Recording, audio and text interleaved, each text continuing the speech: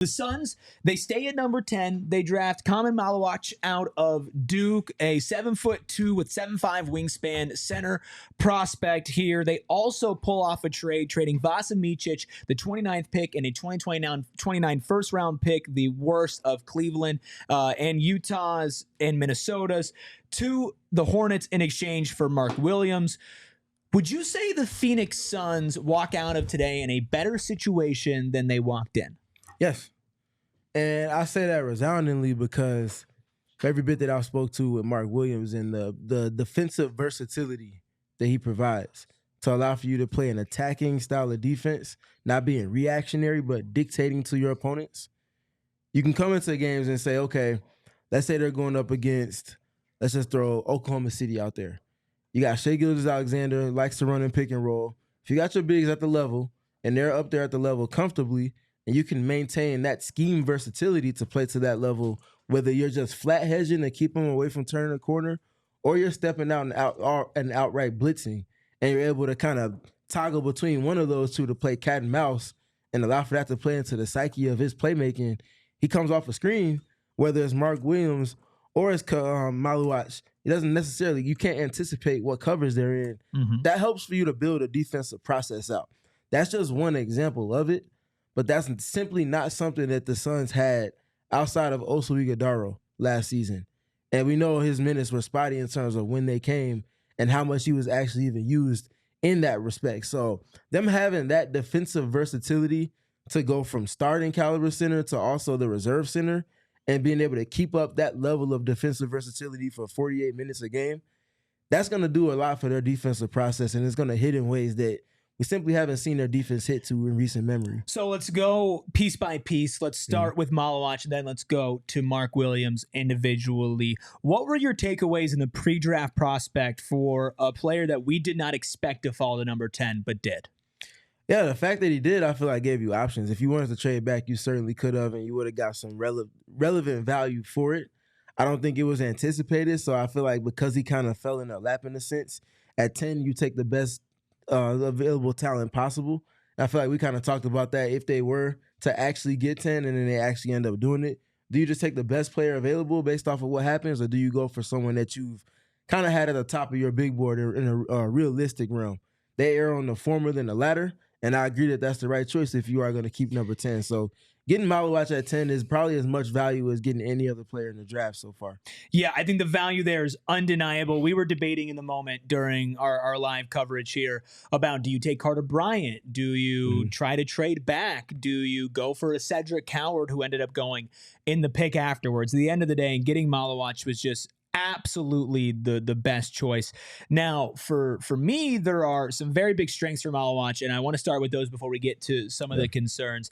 Some people might look at the raw stats and the raw numbers and have some concerns for somebody who is getting drafted in the top 10. Universally, this guy was set to be in the top 5 to 8. His rim deterrence and his rim pressure on both sides of the court is something the Phoenix Suns desperately need alongside their guard-heavy roster, especially with Devin Booker. He's a rim runner who shot an extremely efficient percentage under the rim. His hands could use a little bit of work, but that's something that I'm confident in him working on. Defensively, people are afraid to challenge him. The 7'5" wingspan is undeniably a fantastic asset to have 7'7" on this team. Say 7'7" wingspan? 7'7". Yeah. It is definitely somebody that, before the Mark Williams deal, if you told me they got Maluach, I would have projected him to be your starting center. He's a good screener as well. I do think he's going to need a good playmaking guard. Luckily, you have Devin Booker there, and maybe you could address that position in free agency. But this guy has the potential to be the best. And this is why I say potential. I don't want to say stamp this. This guy has the potential to be the best Sun center of all time. Right? He's only been playing basketball for 4 years. He's very raw, but the upside is insane. I think that this guy, at the end of the day, could end up being such a big missing piece for the building blocks of the Suns' future, and somebody that specifically Jordan Ott can craft one hell of a defense around. Yeah. I think, I definitely agree he needs a reserve guard that's going to be able to play in a way with him that's different from Jalen Green and Devin Booker. But if we're looking at what the Suns actually have and how they can benefit him, I think the ways that those two guards are going to be able to benefit him is going to go in tandem with his development and skill. Mm-hmm. I can't remember seeing much short roll assessing from him on his film from his collegiate years with Duke. And that's a little concerning for me because the demands that are going to be on any center that spends time with Jalen Green and Devin Booker, teams are going to tell them you're not turning the corner, and they're going to bet on their centers being able to make plays in that 4-on-3 advantage, whether it's a flat hedge or outright blitz that they're putting on those two. So there's going to be some room for growth there. If he can kind of, especially because he's younger in it, if he can kind of hit the ground running with that part of his skill development, he can carve out a quick niche and be an immediate impact type of player. But outside of that, I think his roles are going to have some gravity for this team, opening up shooters on the backside. And naturally, as you see the film session that I have to come talking about the spacing template that Jordan Ott is going to be implementing for his offense, he'll kind of fit hand in glove with that. Yeah, he's the best lob threat this team has had. Since JaVale McGee. Since JaVale McGee. He's a vertical spacer this team desperately needs. Now, on that end, I need Devin Booker to get better at throwing lobs, considering that Book's going to be the best passer on the team unless they sign Chris Paul next season. So I think the vertical spacing for Maluach, the defensive versatility for him, he played soccer, so he has good feet, and you just bet on his development.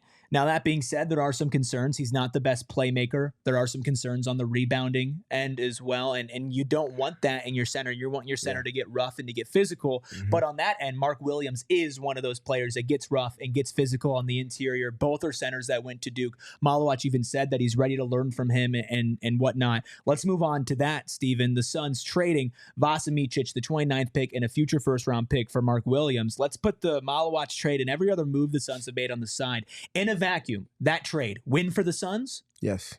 Why? You address a direct weakness in ways that align directly with your new head coach. Jordan Ott can't be his best self if he doesn't have, I guess, options multiple now at the center position to play specific styles on the defensive end first and foremost, and then also allowing them to add value in the ways that they exist on offense. So I think they hit that out the ballpark in terms of what they could realistically get without having moved Bradley Beal or any of the other players of high value in terms of contract on their roster right now.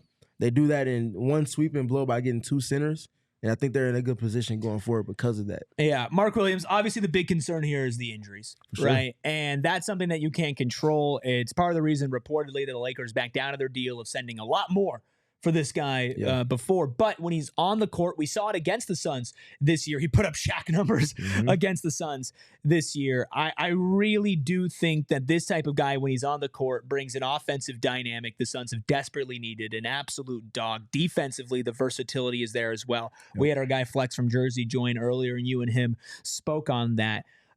The injury concerns aside, Steven, Mark Williams and Devin Booker, how does that play out in the Suns' favor? Again, you get the vertical spacing. Let me start in the correct sequencing. You get someone that provides rim protection on the defensive end of the court, for one. You also get another big that can do a ton of different things. They might not play much drop coverage. They can do it, but it's going to be beneficial to the defense that they need to play for their offense to play off of it, is my question. And because of that, I think they're going to be very aggressive in ball screen scenarios. So Mark Williams being able to be comfortable at the level of the screen. Mark Williams also being very comfortable cross-matching. Look at those games against the PHNX Suns last season. Pay attention to who he was guarding on the possessions that he was on the court. He wasn't always guarding whoever the center was that was on the floor. Sometimes he's guarding Royce O'Neal, Sometimes he's also guarding Ryan Dunn and just flipping matchups, throwing an offensive scheme off script and now forcing them to think while also keeping him closer to the basket. There's a ton of different ways you can use them in an evolved version that allows for your defensive process to be more effective. And I think them being in a position to dictate to their opponents because of that in particular is going to also help to add value. And then you get to the offensive end. Naturally, in pick and roll, there's a ton of value that he could provide there as a screener. He's still growing in that regard, but he's already fairly good at that. Naturally getting to the roll, he has great potential there. The vertical spacing that he provides, he has that. And I think he has growing touch around the free throw line and inward. He's not a three-point shooter. He's not a mid-range demon in any capacity either, but I think he's very comfortable in ways that we kind of saw Nick Richards come on towards the end of the regular season, being able to just take that little pull-up at the free throw line, especially if he's getting drop coverage. Be able to take that little midi pull-up It's open. It's going to be there. It's not going to be contested. Not even to knock down 7 or 8, just 1 or 2 to keep a defense honest and then be able to make quick decisions in tandem with that. Yeah, and now, of course, here's the big question here, right? You spend number 10 on Maluach, you trade multiple first-round picks and Suns legend Vasa Micic for Mark Williams. Can they play together? The initial answer, I think, for both of us is no. Not yet. Not yet. Now, the yet is important there, and this is something that I'm kind of thinking about right now. Obviously, Maluach, as far as shooting goes, there's not really a game there for him to walk into the league ready to shoot threes and stretch it out. Mark Williams, you mentioned this early in our show, has stepped out a little bit in his volume from the mid-range game last season, but by no means has a three-point shot, likely won't. Both are good free throw shooters, and free throw shooting a lot of times can translate to what is your touch outside of it. Who was a draft prospect last year that everybody said was maybe one of the worst offensive prospects they saw in the draft and that did not have a jump shot that a lot of people had concerns about? Who are you speaking to? I'm talking about Ryan Dunn. Who did the Phoenix Suns see and say, that is a guy whose jump shot is not as broken as many believe, and we see the building blocks there. And while Ryan Dunn was not a sniper, you saw him vastly exceed expectations shooting from deep. I have to imagine they feel the same about Maluach. Maybe not his game this year, but down the line, his ability to stretch it out and shoot, and maybe at the end of this season, finding a way to play those two together. Is that something when you look at his jumper, you could see, maybe not a sharpshooter, so not a Kalkbrenner, not a guy with the potential to shoot like Danny Wolf, but somebody that has to at least be somewhat respected from outside of the paint? I can see him getting there. It's just a matter of how quickly does that come about. And I imagine that especially, we haven't heard news yet, so I'm not breaking it, but especially if Jordan Ott is coaching the Summer League team, you better believe he's going to be telling Maluach, if you got an opportunity to let it fly, please don't hesitate. Big fella. Let that thing fly. Whether it's on the wing, whether it's above the break, or it's in the corner. Teams are going to be guarding you a certain way because of the attention your guards get. You're going to have an opportunity to make quick decisions there. And if your decision to shoot, especially in Summer League, is taking 3 or 4 threes a game, I don't think Jordan Ott would be mad at that in any capacity. No, listen, first of all, if Jordan Ott is not coaching Summer League, then what are we doing? What are we doing here? You need that. I feel like with him, the potential there is fascinating. We all silly like the mayor.